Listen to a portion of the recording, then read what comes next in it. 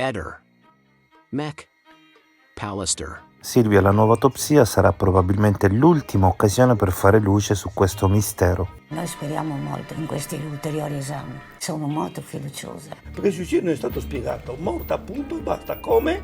Non si sa. Quando? Non si sa. Il medico legale ha fatto un lavoro a regola d'arte o c'è stato qualcosa che non è andato? La lacuna principale è stata quella del sopralluogo, dove non si è fatto ciò che si doveva fare. La rilevazione della temperatura, un'analisi più attenta del cadavere in situ e conseguentemente questi dati mancheranno e non saranno più sopperiti. La cosa che invece possiamo fare con successo è di verificare le eventuali lesività presenti sul corpo. Le foto non chiariscono la presenza di alcune lesività che potrebbero essere fondamentali per appurare la causa di morte. Come si farà a capire se il corpo è stato davvero congelato o refrigerato? Mediante lo studio di un enzima tissutale che è usato comunque nella pratica della sofisticazione alimentare e che i medici forensi di università francesi hanno già sperimentato essere valido in casi di omicidio. C'è quindi la possibilità di riuscire a sapere quando è morta Liliana e come? Noi confidiamo veramente di sì e la nostra relazione che ha portato poi a questa esumazione di cadavere ci dice che per noi è possibile farlo. Sebastiano, per caso ti ricordi ancora come hai conosciuto Liliana? Mi trovavo a una presentazione di un libro, di qualcosa, e lì ho visto Liliana la prima volta, poi l'ho rivista una seconda volta, poi ho detto è meravigliosa, è un angelo. E niente, mi sono innamorato di questa donna. Il tuo rapporto con Liliana era molto solido? Molto. Ed è rimasto solido fino a dicembre 2021? È sempre stato così fino alla fine. Ma tanto solido forse non era, visto che Liliana aveva a quanto pare una relazione con Claudio Sterpin. Ma questa per me è una grande offesa che viene fatta a me e a Liliana, anche perché non ci sono elementi. Io non sono qua per discutere di un presunto amante. Pensate, io dico a quelli che stanno seguendo, pensate, un giorno della tua vita esci di casa, saluti tua moglie, lei ti saluta dalla finestra e dopo non la vedi più. E sono cose tremende, ma la cosa più tremenda è quando viene fuori questa storia che io considero una frequentazione, visto che Liliana e questo signore si conoscevano 40 anni fa, perché Liliana faceva maratone, faceva 100 chilometri, era un atleta, anche quando poi abbiamo continuato nelle nostre cose, lei lavorava, poi andava a correre, si allenava, tantissime cose. Poi sono saltate fuori le biciclette, prima facevamo cross in moto, di tutto, abbiamo girato un po' dappertutto e abbiamo fatto migliaia e migliaia di foto. Io ho fotografato Liliana perché la consideravo la mia modella, gli dicevo sempre tu sei la mia fotomodella. E ci sono queste foto che ormai girano per tutto il mondo e per me vedere queste foto mi danno quel senso di gioia che abbiamo vissuto in quegli anni. Dopo cosa sia successo, non lo so. Nel video che ho messo ieri mattina parlavi chiaramente di un segreto che l'aveva portata al suicidio. Nel video di stamattina invece cosa ci dici? Si è tolta la vita o è stata uccisa? Guarda, sono cose che io mi domando da 2 anni.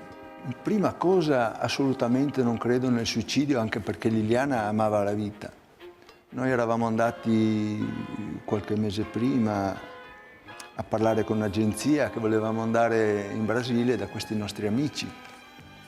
E avevamo parlato con l'agenzia e si pensava in febbraio di riuscire ad andare. E poi è successo questo. Com'era Liliana? Liliana era allegra, sincera, onesta, simpatica, di compagnia. Era la donna più dolce che ho trovato nella vita, per me. Solo con lei sono riuscito a dire amore mio. Non è poco, per me. Sebastiano ha ipotizzato qualche volta che Liliana si sia suicidata. Tu cosa pensi? Ma non esiste un suicidio, nessuno di noi ha creduto, né poteva credere.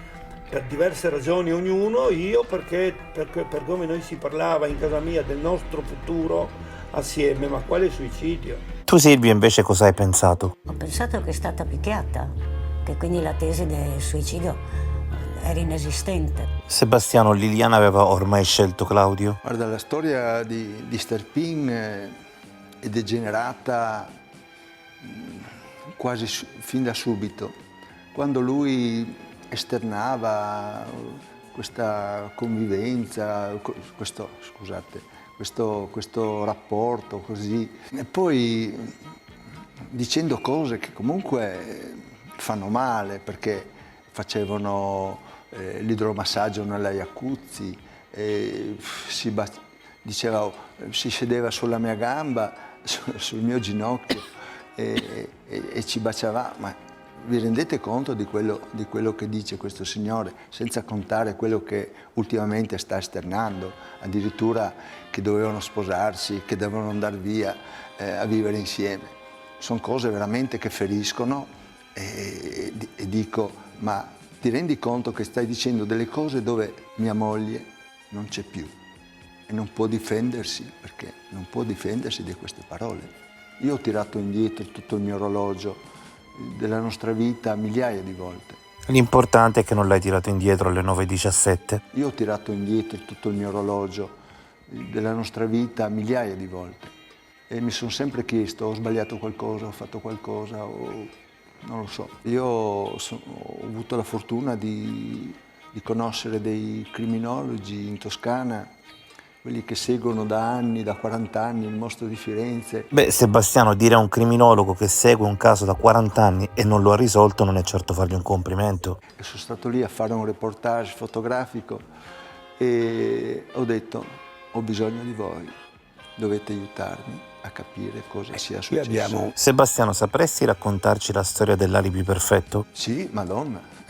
E anzi, devo ringraziare la squadra mobile, perché io ero talmente sotto shock, e tremavo, e io quella notte lì, quando è scomparsa Liliana, dopo essere rientrato dalla questura, veramente non so cosa mi sia successo, veramente delle cose tremende.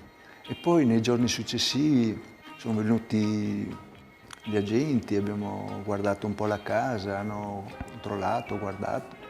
Poi mi hanno chiamato, sono stato invitato in questura e lì non riuscivo assolutamente a mettere insieme cosa ho fatto io quel giorno. Che gentili le forze dell'ordine, avete visitato casa tua e poi loro per ricambiare ti hanno invitato per farti visitare la loro. Sì, diciamo che con l'aiuto della squadra mobile siamo riusciti a ricostruire un po' tutto quello che è avvenuto quel giorno. Che gentile Sebastiano, potresti aver illuminato le menti di chi si troverà da ora in caserma senza un alibi. Chiederà aiuto agli inquirenti per costruirne uno. Beh sì, di costruirne o di ricostruirne. E così tu non sei mai stato indagato, vero? Assolutamente no.